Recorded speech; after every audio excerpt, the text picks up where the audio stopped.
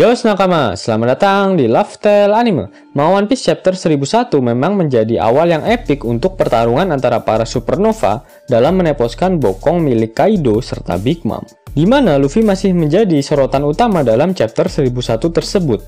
Ya, terlepas Luffy memang karakter utamanya sih. Namun Luffy mampu membuat Kaido berfantasi liar.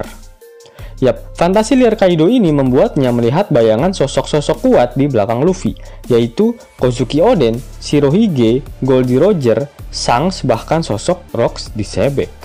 Kelima sosok ini dikatakan oleh Kaido mampu menandinginya, bahkan mampu meneposkan bokongnya jika mereka mau. Dan saat ini Kaido pun sudah menganggap jika Luffy setara dengan kelima sosok tersebut. Hal tersebut tak terlepas dari serangan Gomu-Gomu no Red Rock milik Luffy yang telah ditambahkan Haki Ryuo, sehingga mampu melukai tubuh kerat milik Kaido. Sehingga dapat disimpulkan jika tak hanya Luffy yang saat ini mampu meneposkan bokong milik Kaido, tapi entitas lain yang mampu menggunakan Advance Armament Daki alias Haki Ryuo dapat mengimbangi atau bisa saja mengalahkan Kaido yang saat ini mendapatkan julukan makhluk astral terkuat di dunia One Piece. Siapakah orang-orang selain Luffy, Roger, Shirohige, Shanks, Oden, dan Sebek yang saat ini mampu menandingi Kaido? Yuk, mari kita bahas satu persatu. Pertama adalah Silvers Rayleigh. Yap, sosok yang satu ini sudah tidak perlu kita ragukan lagi. Rayleigh merupakan salah satu orang yang menguasai ketiga jenis Haki. Bahkan dialah yang mengajari Luffy dasar-dasar dari Haki. Dimana ketika Luffy terdesak, maka hanya dengan scene flashback latihannya dengan Rayleigh, Luffy bisa langsung membalikan keadaan dan akhirnya memenangkan pertarungannya. Armamen Daki milik Rayleigh sudah dikonfirmasi oleh Oda Sensei berada di tingkatan Haki Ryuo. Bahkan saat pertama kali memperlihatkan buso suku Haki pada Luffy, Rayleigh menggunakan Ryuo untuk menyerang seekor gajah tanpa menyentuhnya. Tak hanya itu, level armamen Daki milik Rayleigh sudah sampai ke tahap Advance Ryuo, di mana dia dapat mengalirkan Haki Buso ke dalam tubuh musuh dan menghancurkannya dari dalam, sama seperti apa yang Luffy pelajari di penjara Udon. Sehingga jika saat ini Rayleigh ada di Wano dan berhadapan dengan Kaido, pasti Kaido akan kewalahan dan bisa-bisa anunya Kaido hancur dari dalam tanpa dia sadari.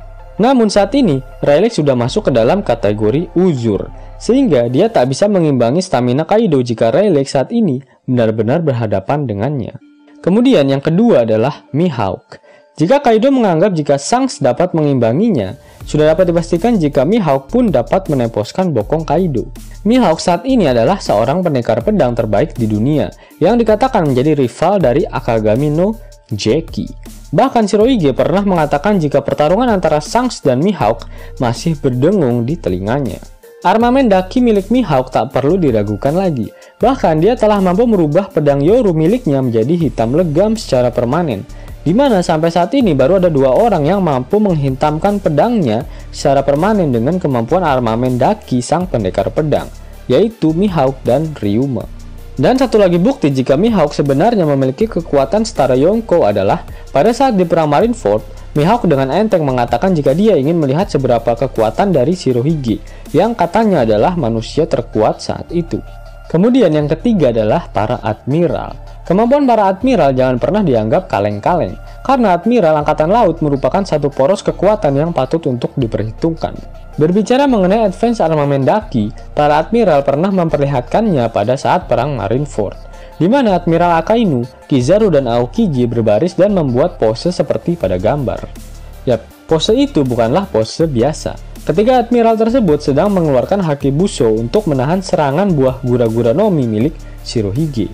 Namun jika pertarungannya terjadi 1 lawan 1, sepertinya para admiral akan kewalahan jika melawan Kaido, dan sepertinya harus main keroyokan jika ingin mengalahkan si Raja Kebun Binatang tersebut.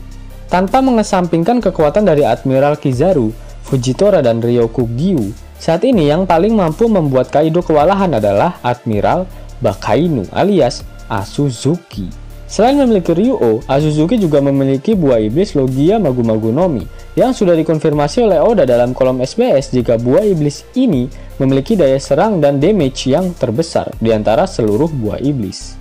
Bayangkan bagaimana kuatnya serangan magma si Bakainu jika dia kombinasikan dengan Ryuo miliknya.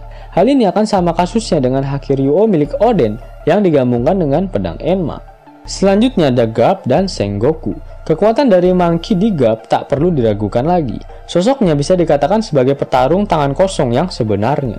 Pasalnya Garp hanya mengandalkan tinju cintanya saja, tanpa menggunakan sajam apapun ataupun buah iblis. Kedahsyatan Dakibuso hitam milik Garp tak perlu diragukan lagi.